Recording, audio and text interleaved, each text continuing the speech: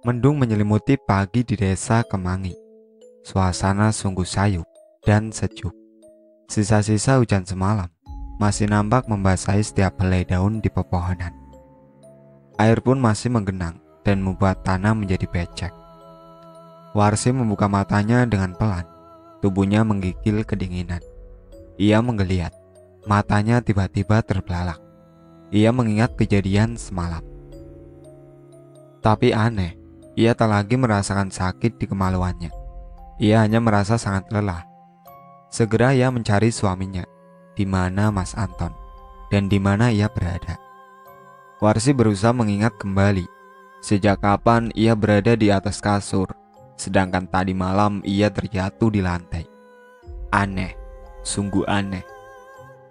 Sudah bangun sayang. Sebuah suara membuyarkan lamunan Warsi. Warsi seketika menoleh. Ia terkejut bukan kepalang, melihat siapa yang berbicara.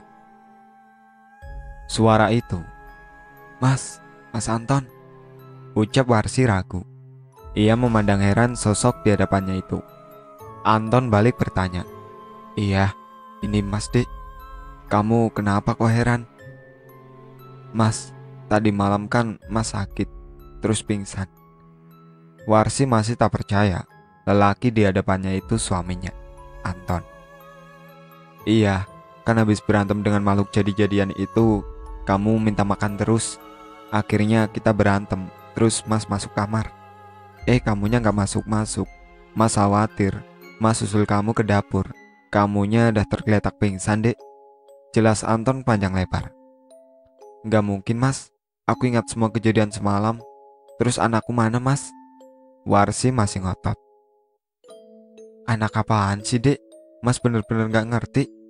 Jawab Anton disertai dengan menggaruk kepalanya yang tidak gatal. Bingung campur heran. Anak kita, Mas. Anak berbulu yang mirip gorila itu, Mas. Warsi masih kekeh dengan ceritanya. Tahu adek, Mas pusing. Itu Mas buatin nasi goreng, dimakan. Mas mau ke tempat Ustadz Sayadi. Mas gak mau kita diganggu makhluk itu lagi. Ucap Anton sembari melenggang pergi. Warsi hanya terdiam menatap kepergian suaminya. Ia masih tak percaya kejadian semalam itu mimpi. Ia yakin jika ia melahirkan malam itu, semuanya tampak nyata baginya. Anton sudah terlelap, begitu juga Warsi. Ustadz Sayati tidak berada di kediamannya. Anton gagal untuk bertemu dengannya. Anton pun tak pergi mengojek hari ini. Badannya masih sakit dan pegal-pegal, efek berantem tadi malam. Warsi seketika terjaga mendengar bunyi suara anak bayi. Matanya terbelalak begitu melihat bayi di tengah-tengah kasurnya. Ia mendekati bayi itu, bayi yang dibungkus kain hitam itu, menggeliat menangis keras. Warsi menatap takut bayi itu. Ia serta-merta menggoyang tubuh Anton. Suaminya itu tak bergeming, masih bingung. Di sela ketakutannya, ia mendengar sebuah suara nyaring dan menggelegar. Cepat susui anakmu. Jika tidak, nyawa suamimu jadi taruhannya. Kau pasti tak mau suamimu mati kan? Itu anakmu, dan anakku. Warsi menatap ke segala penjuru, melihat sosok yang berbicara padanya. Namun tak ada siapapun di sana selain dia dan suaminya, serta anak bayi di antara mereka. Dengan takut dan ragu-ragu, Warsi mendekati bayi itu. Bayi yang ditumbuhi bulu itu nampak manis. Ia seketika berhenti menangis begitu berada di dekapan Warsi. Ia menatap sendu, membuat hati Warsi berdegup. Ia merasakan bahagia menjadi seorang ibu. Bayi itu menyusu dengan lahap, walaupun menahan sakit akibat gigi bayi yang tajam. Warsi tak sedikit pun mengeluh. Ia nampak senang bisa menyusui bayi berbulu itu. Hari ke hari tubuh Warsi semakin mengurus. Ia pun menjadi sering tertidur. Ia nampak semakin pucat, seperti kekurangan darah. Anton menatap heran istrinya yang semakin kurus saja, padahal makannya semakin lahap. Ia berulang kali menanyakan perihal tubuh Warsi yang semakin kerempeng, tapi selalu dijawab tidak ada apa-apa dari Warsi. Anton tak ingin menunda lagi. Motor dikendarai sekencang mungkin menuju rumah Ustadz Sayati. Ia berharap Ustadz bisa membantunya keluar dari masalah rumah tangganya selama ini. Sampai di kediamannya Ustadz Jayadi, Anton bergegas mengetuk pintu rumah Ustadz. "Assalamualaikum," ucapnya seraya mengetuk pintu rumah Ustadz. "Waalaikumsalam," jawab seseorang dari dalam. Seorang wanita parubaya menyembul dari balik pintu. Wanita berjilbab panjang itu tersenyum menyambut kedatangan Anton. "Mau cari siapa, Pak?" tanyanya ramah. Senyum tersinggung lebar di wajahnya. "Saya mau bertemu dengan Ustadz Umidiah. Apakah Ustadz sudah pulang, Jawab Anton sesopan mungkin. "Alhamdulillah, sudah. Sebentar, saya panggil Ustadz dulu." "Abi, ada yang mau ketemu ini. Ada perlu?" panggil wanita itu yang diketahui sebagai istri Ustadz Jayadi. "Iya, Umi," sahut seseorang di dalam. Ia berjalan tergopoh-gopoh mendekati pintu. Mas Anton, ada perlu apa, Mas?" ucap Ustadz Jayadi. Pria bertubuh atletis itu mengernyitkan dahinya. Baru kali ini Anton berdatang ke rumahnya. "Ustadz, tolong saya, Ustadz. Istri saya diganggu makhluk gaib, Ustadz," seru Anton mengiba. "Astagfirullah. Baik, Mas Anton. Ayo, kita segera melihat keadaan istri Mas," ajaknya. "Umi, Abi pergi dulu sebentar," ujar Ustadz yang diiringi anggukan dari istrinya. Anton memacu motornya secepat mungkin. Motor melaju bak kilat. Anton tak ingin menyia-nyiakan waktu. Ia tak ingin istrinya kenapa-napa. Anton akan terus berusaha hingga keluarganya kembali damai seperti sedia kala. "Mari Pak Ustadz, masuk," ujar Anton mempersilahkan Ustadz Jayadi masuk ke rumahnya. Rumah papan yang sudah mulai reot dan usang itu nampak sepi. Anton yakin istrinya pasti sedang tertidur seperti biasanya. "Assalamualaikum," ucap Ustadz Jayadi. "Waalaikum." Belum sempat Anton menjawab salam Ustadz, tiba-tiba ia melihat Warsi sudah berdiri di depan pintu kamar dengan menggebrak dinding. Anton dan Ustadz saling berpandangan. Ustadz mengangguk mengerti. Ia sudah tahu jika itu bukanlah Warsi, tapi sosok gaib yang sedang menjelma menyerupai Warsi. "Apa perlumu datang ke sini, manusia?" hardiknya. Matanya melotot tajam, tanda ketidaksukaannya. Ustadz menunjuk wajah Warsi Kawi dengan jari telunjuk seraya berkata, "Lepaskan Warsi, ia tidak bersalah," bentak Ustadz. "Enak saja, ia telah melahirkan anakku, anak goibku. Kau belum mati, aku belum puas. Ia akan menjadi ibu dari anak-anakku." Ia balik menantang. Ustadz mendekati Warsi. Ia membawa kayu sebesar telunjuk dan menempelkannya pada kening Warsi. Warsi melotot, namun ia tak mampu bergerak. "Lepaskan!" teriaknya kencang. Ia mencoba berontak tapi badannya menjadi kaku. "Pergi dari sini, tinggalkan Warsi dan suaminya," titah Ustadz. "Aku tidak mau. Ia ibu dari anakku," jawabnya marah. "Baiklah, jika itu maumu," ucap Ustadz sambil komat-kamit baca doa. Mulutnya Tanti mengucap doa hingga makhluk itu menggelepar. Tubuhnya ditutupi asap hitam. Tubuh Warsi yang semula cantik berubah berbulu lebat dan bertanduk. Ia menatap marah ke arah Ustadz. Ia mengeram hendak menerkam Ustadz. Tubuhnya membentur dinding triplek itu hingga retak. Beruntung Ustadz mampu mengelak. Anton berdiri terpaku menatap pertarungan antara Ustadz Jayadi. Ia tak berani membantu karena takut melihat sosok asli yang menyerupai istrinya, Warsi. Anton berlari mendekati istrinya yang diam tak bergeming. Warsi nampak sangat lemah. Anton menggoyang-goyangkan tubuh Warsi, tapi Warsi tak jua sadar. Sedangkan dari luar, suara Ustadz terdengar lebih keras dan raungan makhluk itu makin ganas. "Panas!"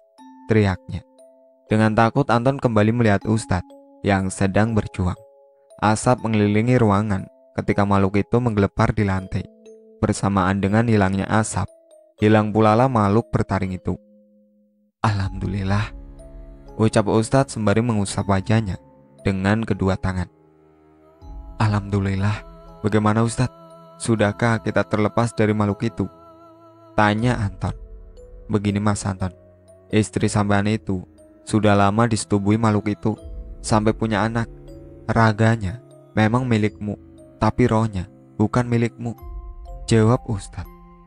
Maksud Ustadz bagaimana? Saya tidak mengerti Ustadz. Mata Anton mulai berkaca-kaca. Ia benar-benar takut kehilangan Warsi. Roh istrimu sekarang ada di dunia makhluk itu. Ia terbelenggu di sana bersama bayi yang dilahirkannya. Jika tidak segera kita menjemputnya, niscaya sampean benar-benar kehilangannya. Ucap Ustadz dengan menunjuk Warsi yang masih diam terpaku. Jadi kita harus bagaimana Ustadz? Anton bersimpuh di kaki Ustadz. Tolong saya Ustadz, saya tidak mau kehilangan istri saya. Mohon Anton. Air mata jatuh di pelupuk matanya. Semua tergantung dari sampean Mas. Apa kamu mau menjalankan syaratnya? Tantang Ustadz. Iya, saya mau Ustadz. Anton mengangguk cepat. Ini syaratnya, ucap Ustadz. Mas Anton, sampean harus bisa puasa selama 7 hari. Lalu hafalkan doa ini. Ustadz menyodorkan kertas putih berisi doa-doa. Anton mengangguk cepat dan berkata, demi istri saya Ustadz, saya pasti akan melaksanakannya. Alhamdulillah kalau begitu Mas. Sekarang sampean sabar. Istri sampean akan tertidur lebih dari 1 minggu. Doakan terus istri sampean. Minta petunjuk dan pertolongan hanya pada Allah. Ustadz Jayadi menepuk pundak Anton pelan. Ustadz berpamitan pulang. Anton mengantar Ustadz sampai di pekarangan rumahnya. Ia pun berbalik dan mendekati istrinya yang masih terlelap. Diusap lembut wajah sang istri. Hatinya sangat pilu dengan nasib yang menimpa ia dan istri tercinta.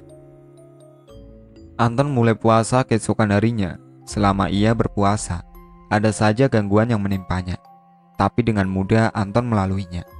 Tekadnya sudah bulat. Ia ingin istrinya kembali padanya. Ia tak pernah meninggalkan istrinya.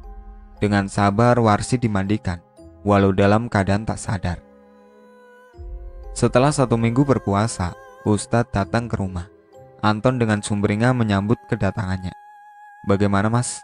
Sudah siap dengan syarat yang saya beri kemarin, ucapnya. Iya Ustadz, alhamdulillah. Saya bisa hafal dan puasa, walaupun banyak godaan, tutur Anton. Alhamdulillah. Baiklah, sini Mas. Sampean duduk bersila di hadapanku, titahnya. Anton mengangguk. Ia pun duduk bersila di lantai menghadap ke Ustadz. Ustadz memulai ritualnya, membaca beberapa bait doa dengan husuk. Ia meminta Anton untuk menutup mata dan ikut membaca doa bersamanya. Anton mengikuti perintah Ustadz dengan hati berdebar. Tiba-tiba Anton merasa pusing. Badannya serasa limbung. Ingin membuka mata, tetapi terasa berat dan lengket. Ia merasa tubuhnya ditarik dari atas. Kepalanya terasa sakit dan pusing. Pandangannya yang semula gelap, sedikit demi sedikit menampakkan gambaran. Lama-kelamaan kian jelas karena sebuah sinar yang terang. Ustadz, Ustadz. Ia memanggil Ustadz berkali-kali, namun nihil. Ustadz tak juga ia jumpai. Kemana Ustadz? Pikirannya sembari mencari-cari, matanya mengedar ke segala penjuru. Aku tak bisa mendampingimu, tapi aku akan menuntunmu hingga kau terbebas dari makhluk itu. Anton diam terpaku mendengar suara yang tidak ada wujudnya, tapi ia yakin kalau itu Ustadz Jayadi. Anton mengikuti setiap kata yang diucapkan Ustadz. Seraya lidahnya terus membaca doa yang diberikan Ustadz. Ia terus berjalan mengikuti sebuah jalan setapak yang di kiri dan kanan terdapat pohon ketah yang tinggi menjulang. Langit tampak sangat mendung, kabut mengelilingi perjalanan. Derap langkah kaki terdengar sangat jelas. Sepi, tak ada siapapun di sana kecuali Anton. Kakinya terus melangkah mengikuti jalan seperti yang Ustadz perintahkan. Lama-kelamaan jalan itu semakin sempit dan pepohonan semakin rindang. Langit pun berubah menjadi gelap. Anton merasa bulu kuduknya mulai meremang, serasa dari ribuan mata menatapnya. Namun suara Ustadz yang terdengar lirih di telinga menyuruhnya untuk tetap fokus jika ingin menjemput pulang istrinya. Tibalah ia di sebuah gerbang besi yang sangat besar. Gerbang besi berkarat yang di sisi kanan dan kirinya ditumbuhi tanaman rambat dan semak berduri. Dengan tangan gemetar Anton membuka gerbang itu yang memang tak terkunci. Ia terus melangkah memasuki wilayah yang ia rasa sangat menakutkan karena suasananya yang mencekam. Ia kini memasuki sebuah kampung yang sepi. Tak ada seorang pun berada di luar rumah. Anton menatap aneh keadaan sekitar. Rumah panggung yang berjajar, penerangan hanya memakai lampu templok minyak. Tak ada listrik. Ia bergidik ngeri. Suasana sepi. Tapi Anton merasa diikuti. Namun suara Ustadz terus menuntunnya. Anton berusaha mengatur napasnya yang tersengal. Tangannya mengepal kuat. Dalam hati ia terus menyebut nama istrinya agar bisa cepat menemukannya. Sayang, anakku, tidurlah di pangkuanku. Ibu akan terus bersamamu, menemani dalam gelap malammu. Langkah Anton terhenti. Suara itu jelas ia sangat hafal. Suara dari senandung wanita yang ia cari. Itu suara Warsi, istrinya. Anton seketika menolehkan wajahnya ke arah kanan. Hatinya bergemuruh. Ia tertegun melihat Warsi di sana. Warsi yang sedang menimang seorang anak di teras rumah. Wajahnya nampak tersenyum manis, walau hanya dari pantulan lampu templok yang ada di dekatnya. Warsi, Warsi. Warsi menatap heran. Ia mundur melihat kedatangan Anton yang melangkah mendekat. Tatapan matanya penuh rasa ketakutan. Ia memeluk anaknya erat. Warsi sayang, ayo kita pulang, Dik. Di sini bukan tempatmu. Ajak Anton dengan menyodorkan tangannya. Warsi melangkah mundur hingga menyentuh dinding bambu di belakang punggungnya. Tatapan matanya nanar ke arah Anton. Kamu siapa? Warsi membuka suara. Aku suamimu, Warsi. Ucapnya dengan suara bergetar. Tidak mungkin. Suamiku ada di dalam. Warsi makin ketakutan. Suara derap langkah kaki terdengar dari dalam rumah panggung. Lantai bergoyang. Warsi beringsut menjauhi Anton yang masih terpaku menatap Warsi. Siapa kamu? Berani-beraninya mendekati istriku, seru seorang lelaki yang datang dari dalam rumah. Wajahnya menegang marah, matanya melotot, membuat nyali Anton ciut. Dia istriku, kembalikan ia padaku. Bentak Anton tak kalah sengitnya. Warsi semakin bingung melihat dua sosok lelaki yang berwajah sangat mirip, tiada bedanya. Ia semakin erat memeluk bayinya dan melangkah menjauh dari dua lelaki yang sedang berseteru. Mendengar keributan, kampung yang sebelumnya sepi tak ada penduduk berubah menjadi ramai bak pasar. Mereka menatap tajam ke arah Anton seolah mengetahui bahwa Anton bukan bagian dari mereka. Anton beringsut mundur dicekam rasa takut, sedangkan sosok yang menyerupainya tersenyum lebar penuh kemenangan. Berdoalah pada Allah, Mas Anton. Sampean pasti bisa. Fokus. Ucapkan doa yang aku berikan. Suara Ustadz Sayati terdengar lirih di telinga Anton. Anton mengepal kedua tangannya. Matanya menutup. Mulutnya komat kamit, mengucap bait demi bait doa yang ia bisa. Jantungnya berdegup kencang tatkala teriakan dan lolongan makhluk di sekitarnya membuyarkan konsentrasinya. Berulang kali doa itu terputus hingga pelung membasahi dan tenggorokannya terasa sangat kering. Anton dibantu dengan Ustadz Sayati berusaha fokus, dan begitu doa yang dibaca selesai dengan sempurna, Anton membuka matanya. Keberanian tiba-tiba hadir di dalam dirinya. Matanya hampir copot melihat sekitar. Jelas bahwa bukan manusia yang ada di hadapannya. Wajah mereka rata-rata hancur dengan mulut menganga. Makhluk hitam tinggi bak gorila mendominasi. Ternyata memang tak semua makhluk tak kasat mata. Ada beberapa orang manusia juga terperangkap di sana. Mereka sama seperti Warsi, menggendong seorang anak. Nampaknya memang makhluk itu senang menculik perempuan, karena rata-rata perempuan di sana berwajah buruk dengan bau anyir menjijikan. Mereka menatap Anton dengan tatapan menyeramkan, seolah ingin memangsa.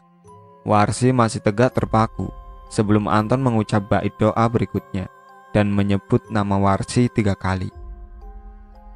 "Mas Anton!" teriak Warsi seketika. Ia kemudian melempar anak yang ia gendong hingga anak itu terjatuh di lantai dan menangis. Makhluk itu menatap Warsi seketika. Ia mengeram marah. Belum sempat Warsi berlari, makhluk itu melesat mendekati Warsi dan menggenggam tangan Warsi kuat. Warsi meronta ketakutan. Bayi berbulu itu merangkak mendekati Warsi. Air liurnya menetes seakan haus dengan darah Warsi. "Mas, tolong aku!" teriaknya pilu. Dengan tertatih Anton mendekati Warsi. Mulutnya tak henti mengucap bait demi bait doa yang terdengar lebih keras, sehingga beberapa makhluk di sekitarnya terpental dan berlari menjauh. Sosok di hadapannya mulai kepanasan. Begitu juga bayi yang merangkak menghentikan langkahnya. "Panas, hentikan!" teriak sosok itu. Genggaman tangannya melemah dan Warsi terbebas. Warsi berlari mendekati Anton. Ia memeluknya erat sembari menangis. Tapi makhluk itu tak mau melepaskan Warsi begitu saja. Dengan susah payah, ia mendekati Warsi. Tapi, "Cepat Warsi!" teriak Anton dengan tangan siap menggapai Warsi yang berlari. "Mas!" langkah Warsi seketika terhenti. Bayi berbulu itu mengadangnya. Tatapannya marah, dengan mata merah menyala. Ia mengeram, menyeringai, seakan ingin memangsa Warsi. "Kau akan kekal selamanya di sini, Warsi. Jangan harap kau akan kembali." Ejek sosok menyeramkan itu yang kini kembali berdiri tegak. Warsi kini terpojok, kakinya gemetar hebat. Si bayi berbulu mendekat perlahan. Tetesan liur bercampur darah menggenang di lantai papan. "Makanlah nak, ia ibumu, sekalian mangsamu," ucap sang makhluk berbulu. "Mas, tolong aku!" Warsi mengibah. Lututnya terasa lemah tak berdaya. Keringat dingin mengucur menahan takut. Dengan dibantu doa oleh Ustadz, Anton berlari mendekati Warsi yang terpojok. Anton tak banyak bicara, hanya mulutnya yang komat-kamit membaca doa. Bayi itu hampir saja menyentuh kaki Warsi, tetapi dengan satu sepakan dari Anton, si bayi berbulu terpental hebat hingga membentur dinding kayu. "Berani-beraninya kau menyakiti anakku," bentaknya marah. Makhluk itu lantas melesat hendak mencelakai Anton. Namun Anton tetap gagah berdiri menantang, sembari memeluk erat istrinya. Lantunan doanya semakin kencang. Makhluk-makhluk di luar sana tak berani mendekat. Mereka yang mendengar, sebagian berlari ketakutan. "Warsi, tolong kami!" teriak wanita-wanita di luar rumah yang jadi korban penculikan, sama seperti Warsi. Makhluk itu ikut terpental hebat. Darah mengucur deras dari mulutnya. Dengan sigap Anton menarik tangan Warsi dan berlari keluar rumah. Dari mulut Anton masih terdengar lantunan doa hingga membuat makhluk di luar rumah menyingkir dan lari tunggang langgang. "Warsi, tolong kami Warsi!" sahut beberapa orang wanita yang menunggu Warsi di depan rumah. Warsi menatap Anton. "Tolonglah mereka, jangan buang waktu. Jika makhluk itu bugar kembali, kita bisa mati di sini," ucap Anton. "Cepat lepaskan bayi-bayi itu bukan anak manusia," perintah Warsi. Wanita-wanita itu dengan serentak membuang bayi yang mereka gendong dan berlari mengikuti Warsi dan Anton. "Ayo cepat, waktu kita tak banyak," seru Anton. Tiba-tiba ada suara erangan makhluk itu terdengar kembali. Anton dan Warsi beserta 8 wanita itu berlari menghindari makhluk berbulu itu. Suara langkah kaki terdengar bersaut-sautan. Langit malam teramat gelap. Tak ada sedikit pun cahaya dari bulan ataupun bintang. Hanya terdengar suara binatang malam. Mereka berlari dan terus berlari. Lama mereka berlari, tapi tak ada satupun rumah yang mereka jumpai. Padahal sewaktu masuk ke dalam pintu gerbang, ini adalah perkampungan dengan rumah panggung di sisi kanan dan kiri jalan. Kini yang mereka lalui hanya jalan setapak yang panjang dengan hutan yang mengelilingi. Mereka seolah berlari tanpa tahu tujuan pasti. Tetapi suara Ustadz Jayadi terus terdengar di telinga Anton dan menyuruhnya terus berlari dan jangan melihat ke belakang. Dengan napas terengah-engah, mereka tetap berlari. Salah satu dari 8 wanita tadi berhenti. Ia tak sanggup lagi berlari. "Ayo mbak, jangan berhenti. Sebentar lagi kita sampai tujuan," seru Anton. "Tidak, aku sudah tidak sanggup lagi," ucapnya terengah-engah. Tubuh wanita itu diseret dengan cepat. Bayangan hitam tinggi dengan taring-taring tajam menyeringi, menebar ketakutan. Jumlah mereka banyak, seolah hendak menerkam. Geraman dan raungan marah bersaut-sautan. Dia yang tinggal jauh di belakang harus rela menjadi mangsa. Secepat kilat Anton, Warsi, dan 7 orang wanita itu membalikan badan, berlari secepat mungkin, menghindari makhluk-makhluk hitam yang mengikuti dari belakang. Begitu juga anak-anak berbulu. Mereka dengan teriakan dan tangisan memanggil ibu manusia. Suara mereka nyaring, membuat batin ibu yang mendengar terkoyak. 2 wanita menghentikan langkah mereka, tak kuat mendengar erangan dan tangisan bayi goib yang berlari ikut mengejar ibunya. "Ayo mbak, jangan berhenti, bahaya," teriak Warsi. Dari kejauhan, mata merah sosok-sosok hitam itu mulai nampak berkelebat. Mereka serentak menggeleng cepat. "Pergilah, aku ingin di sini bersama anakku," ucap salah satu dari mereka. Mereka terlihat pasrah ketika sosok itu kian mendekat. "Mereka bukan anak-anak kita mbak, ayo sadar, kita cuma diperdaya." Warsi berusaha membujuk mereka, tapi mereka tetap kekeh dan tidak mau mengikuti Warsi. Mereka kembali berlari.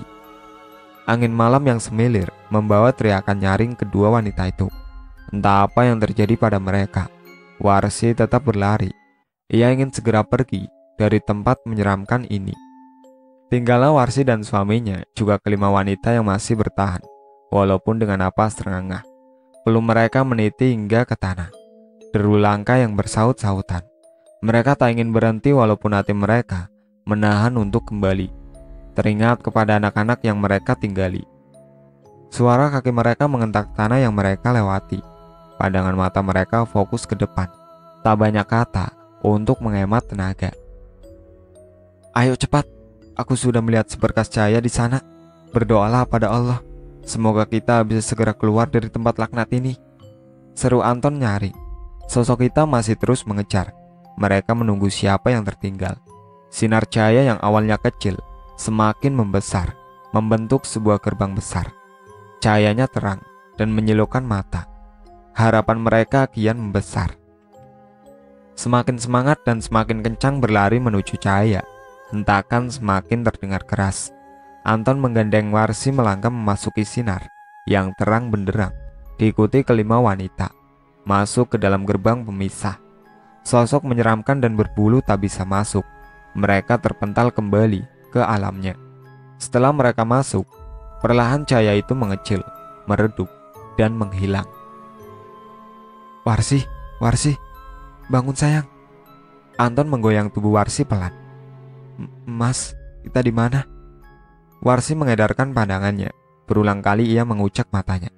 "Kita di rumah sayang. Alhamdulillah, kita sudah terbebas dari makhluk itu." Anton kemudian memeluk istrinya erat. "Alhamdulillah ya Allah, terima kasih." Warsi terisak. Ia mengingat perjuangannya bisa pulang kembali ke rumah dengan selamat. Badan pegal semua. "Alhamdulillah Mas Anton, Mbak Warsi. Sekarang kalian sudah selamat. Saran saya, kalian segera pindah, karena mereka pasti mengincar Mbak Warsi. Juga biar Mbak Warsi bisa melupakan anak goibnya," saran Ustadz Jayadi. "Baik Ustadz, terima kasih banyak atas pertolongan Ustadz. Karena Ustadz, nyawa kami selamat," ucap Anton. "Sama-sama, kalau begitu saya permisi dulu," saut Ustadz dibarengi senyum manis dan melenggang keluar, meninggalkan Anton dan Warsi yang masih tegak terpaku. Mereka saling merangkul dan melambaikan tangan mengucap terima kasih. Warsi dan Anton akhirnya pindah ke desa sebelah. Mereka memilih tinggal di tempat yang padat penduduknya. Mereka trauma akan kejadian yang menimpa rumah tangganya. Mereka memulai hari yang lebih indah, berusaha beramah tamah dengan tetangga, Terkadang mereka bertanya-tanya bagaimana kabar kelima wanita yang mereka selamatkan. Hari ini Warsi hendak pergi ke pasar. Anton dengan setia menemani dengan motor butut kesayangannya. Warsi menebar senyum bahagia, berboncengan dengan suami tercinta. Hidup mereka kini jauh lebih bahagia, tak ada teror dan hal-hal mengerikan. Hidup damai sentosa. Itulah akhir cerita dari Anak Gendruwo. Sekian dari saya. Wassalamualaikum warahmatullahi wabarakatuh.